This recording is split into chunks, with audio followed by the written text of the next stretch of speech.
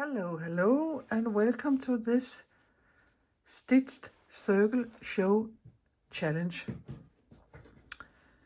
And it is week 7, and I can't believe we already have gone to week 7.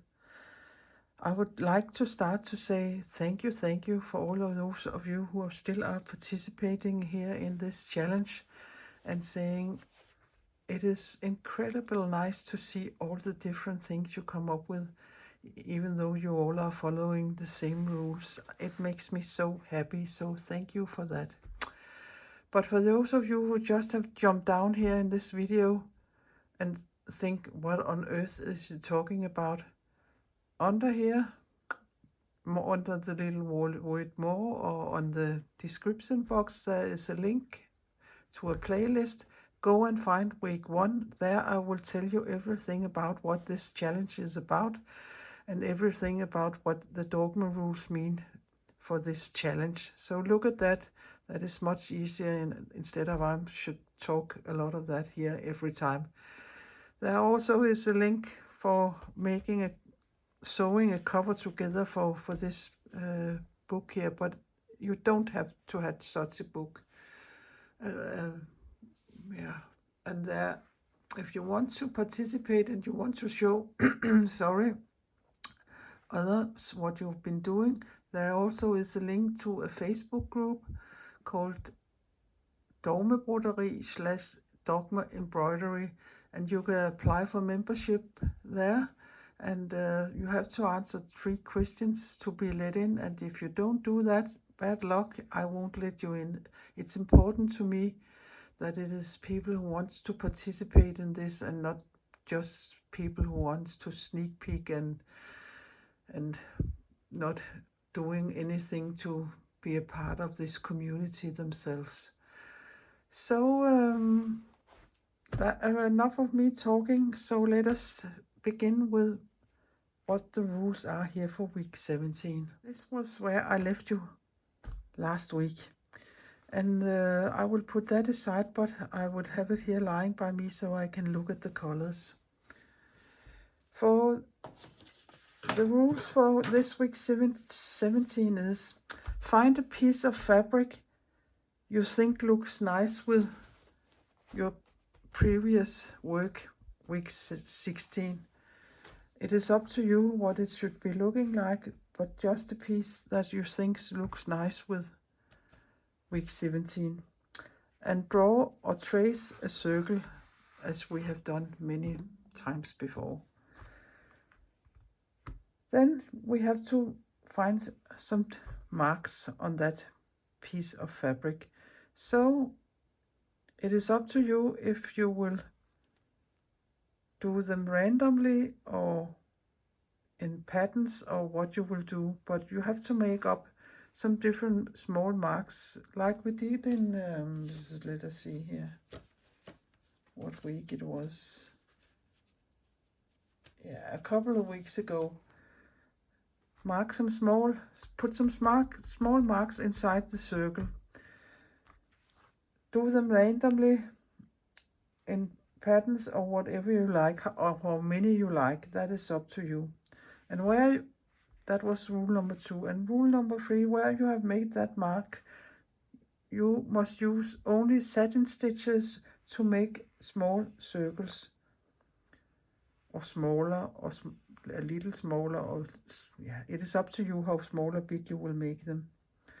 So that was rule number 3, and the thread color is free, but I think it would be nice if you would choose colors that would match the fabric you have chosen to sew on. So I hope it is clear, but also I will write it here below, and I will show you what I have planned to do for myself today. I have chosen to use this piece of fabric, and I have a friend who dyes her fabrics herself, and she give me some of her leftovers because she works very big and I work very small. So for me this is a big piece, and for her this is a very small piece. But let me see here. I know I want my piece to be about 13.5 centimeter because that looks nice in my book. And I don't know if this will tear, but I will find out. Yeah, it tears nicely. And yeah, I should have warned you. Fingers in your ears. 13.5. Was it really 13.5? Yeah, it is. I think it looks smaller suddenly. And there.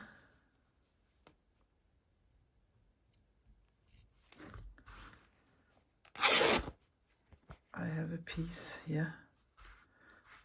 And I can see which side I like best. Is it this side or this side? I think it is this side here.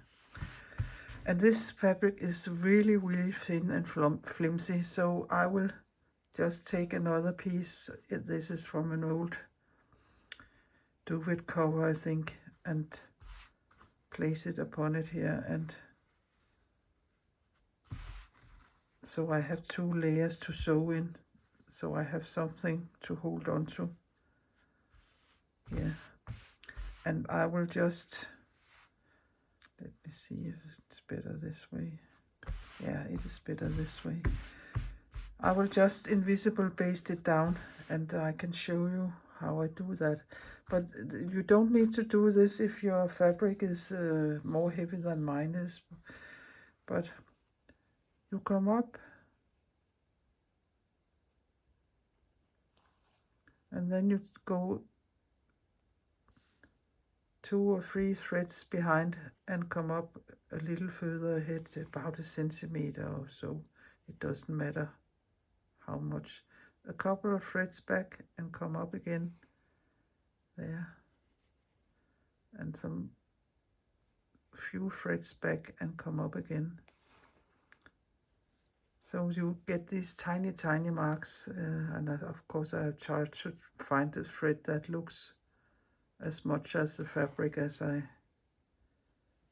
can. So that is all I'm gonna do, and I will do that all the way around, so I have something more sturdy to put my hands on. Okay, I will be back when I have done that. So done with the basting, and I often use this kind of sewing several pieces of fabric together because you can't hardly see the stitches if you find a thread that is matching, and it is nicer to have something to hold on to instead of sewing in a flimsy piece of fabric. Yeah, but now I want to trace my big circle where I will do the stitching inside. And you can use a tin plate like this, or you can use something from your household, a plate or a cup or something. But I recently bought this set here for punching out if you're making cookies or other thing in your kitchen, I think. And I think this size here fits well. And sorry if my heads get in its way. I will try to.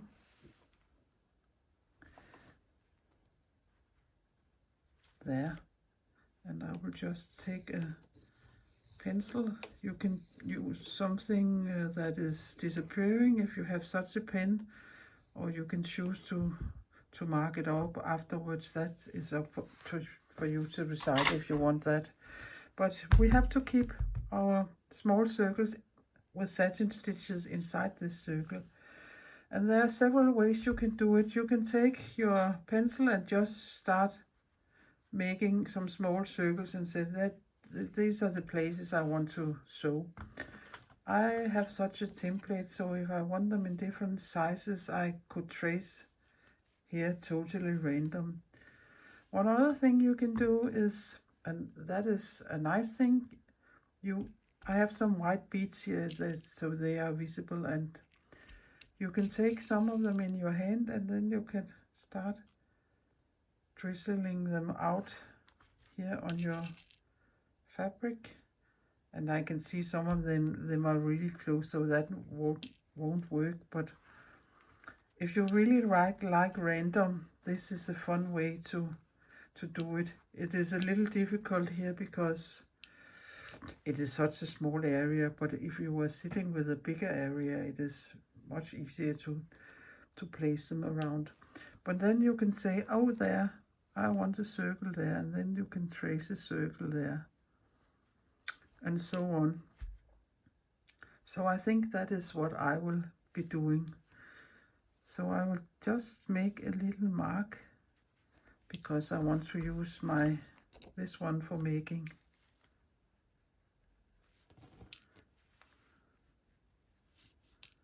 And it doesn't matter, because you can see that we will be sewing all over it.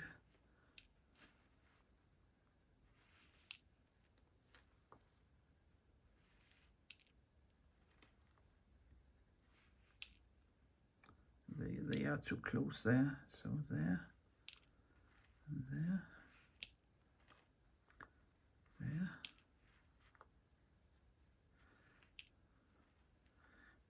You couldn't have done this by yourself, so totally random like this. That isn't possible for anyone to do, I think. So I think it's a nice way, and you can see, oh, I think there's missing one there, so let us place one there too. Or perhaps here you think there's missing one there. But let us start with these and see. Oh, and where is my lid? I would put them long away from me so I don't pull them all over the place. So yeah, and then I can take this here and say, oh yeah, I want that one there, and I want that one there, and this one here could be a little bigger, like this. So I think you can see what it is I'm doing. But I will start sewing one of them and see how it looks, and if I like it. I hope so. I have chosen to use a little thicker thread than my normal mercerized cotton, who is quite thin. So I have all these old, and I have them for 40 years, I think, and I don't know where I got them from. They are a little different brands, but it is pearl cotton number 8, I think. Perhaps you can even choose a thicker one, depending again how thick your fabric is. But I have them here in all these different colors, as I think look nice on my fabric. So I will use them and see how many of them I can squeeze in here. But a satin stitch is, yeah, it's not very difficult, but you come up and then you go down here, and now it is a round thing, so, and perhaps these won't be totally round, but that doesn't matter. And then you put them as close as you can together, because you have to fill all this area out. And that is why it is nice to have a little thicker thread here, instead of a thin thread.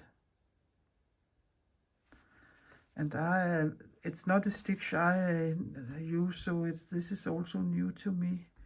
So forgive me if it ends up looking a little wonky, but wonky is me, so I don't mind.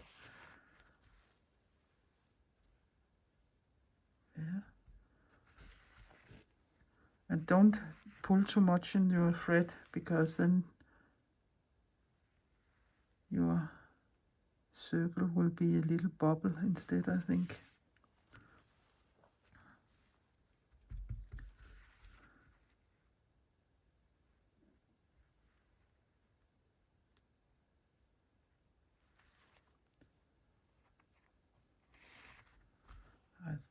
There.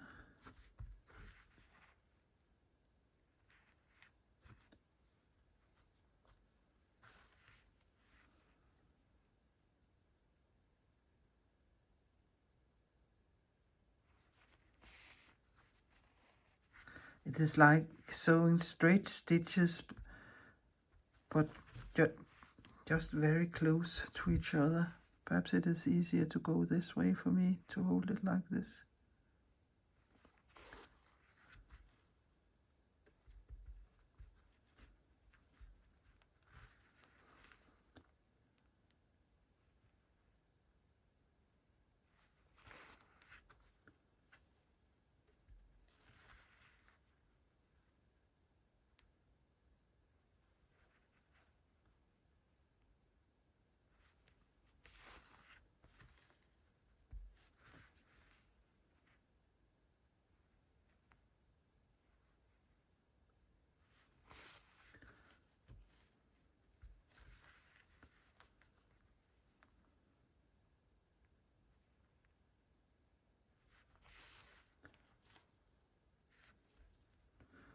Oh, I can see there. I don't think it matters.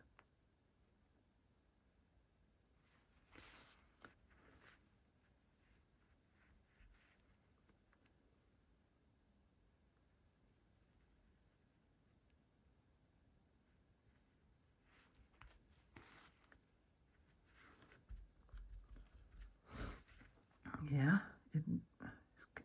it ended up quite wonky, I think, but I don't mind. I think it looks quite nice. And you can see, if there's a place where you think there was a little too big a gap, you can always come up again and fill out in the gap here. So I'll just do that, so it looks nice. Yeah, so it is just start filling all these small circles out and do the best you can. Some people also like to do these satin stitches like they are raised. That means you do the same, but you go the opposite way, and then they will be really chunky. But I don't think it fits this little lightweighted piece of fabric, but you're welcome to do it if you want to. But I will just weave my ends in here like this and choose another color. So that is all for this little one. So you can take the next color. I think I want to use this one, and I can see I didn't use very much thread, so it isn't necessary to pull a long thread out. So I will just take this one.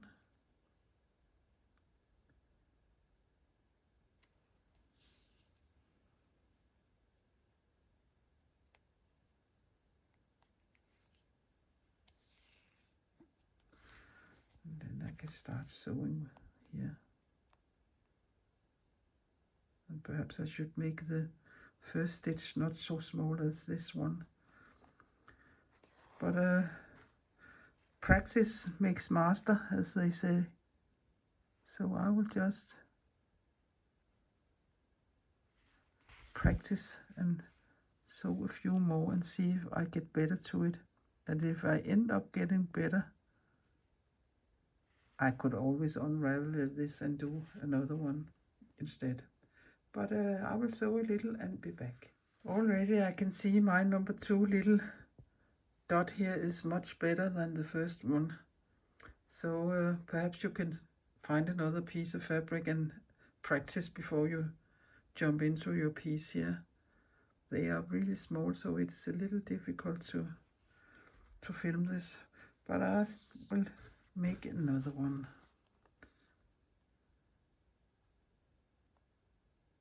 And I find it easiest to sew them this way. I don't know why, but I does. Perhaps you don't do it like this and you just do it your way. It would end up the same.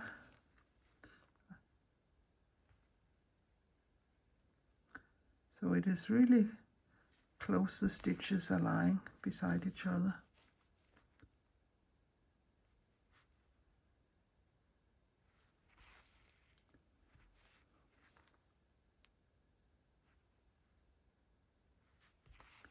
like this.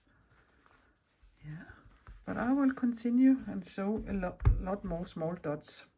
Now I have done one little circle and all the different colors I have, and I must say I am not a world champion in doing this, and I don't know if I like to sew this stitch very much, but I think it looks nice, even though the circles are a little wonky, but yeah,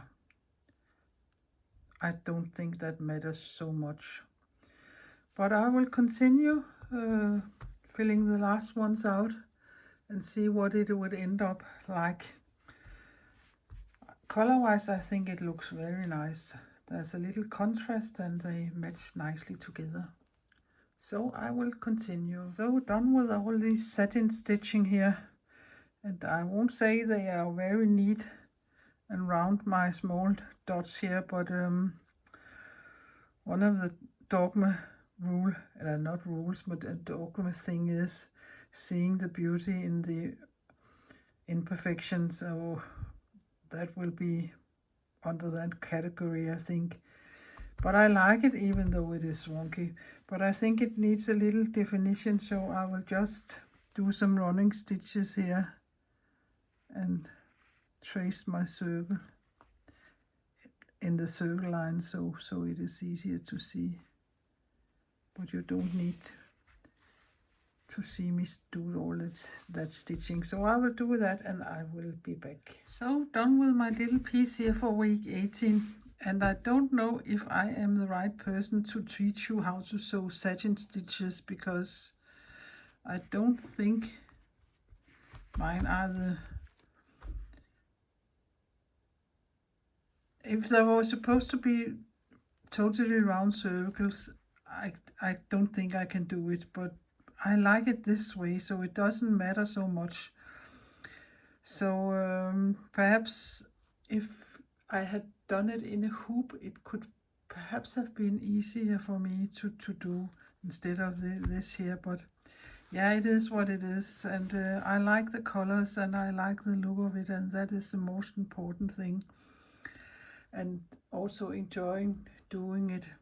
But it won't be my favorite stitch, one of my favorite stitches, but I'm glad I tried it, and I am also think it is nice to do something I do not normally do, and that will be something you perhaps will experience here in this challenge, making things or doing stitches that you haven't done before, or stitches that you think, this isn't for me, I don't like to do it, and I don't think it works for me, and that is all right too. You learn something during this process, or during these many weeks here, hopefully.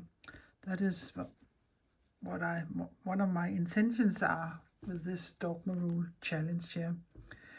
But now I will put it in my book, and I have already written the rules here, and I think I will come up a little closer. So I will just turn it around. Of course you can iron it, but I don't bother do that. There's a whole other chapter that is how you can do with your embroideries by pinning them up and spraying water on them so the stitches will rise and looks even more nice. That is a whole other chapter, but I don't think it has much to do with Dogma Rules. Now let us see how lucky I am this time removing the back. It is always a little tricky.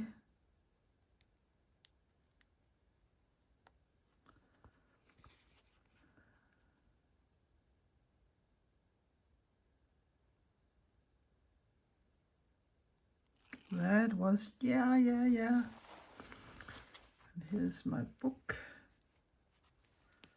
So I will line it up the best I can. It is really difficult with the phone here under my nose. So there it goes. And now it is sitting there nicely. And my book is getting chunkier and chunkier, or fatter, depending on which word you would like to use. And I really don't know when this is over, or this half of the book is done, if I'm able to fit both of them in here, but I will see. Perhaps I can glue these 2 pages together, but yeah, I will take it as it comes, or perhaps I will just change and start on this one and take this one out. We will see what happens. But I will take some close-ups here at the end of the video. So to round this up, if you're unsure on the Dogma Rules, look here under the little word more, or in the description box, and there they will be. And all the other information is there too. I hope you have learned some tips and tricks, and perhaps not learned to do satin stitching by me, but you have liked what you have been seeing anyhow. But if you do, please share this stitch challenge to people you think would be interested. You more the merrier, as we say. And you can do that by give my video a thumbs up, and consider subscribing my little Danish channel. That would be very helpful of you. But you can also, if you're a member of the Facebook group or on Instagram, tag me if you show your work on your profile, private profile. Please tag me or tag the group instead of just saying Dogma Rules, because many people will think, what on earth is that? But that would also help to get more people interested in this kind of embroidery. And I would really appreciate it if this way of doing and working will be spread all over the world, so people can see what it is. But I would just round this up and say take care and be creative, and bye for now.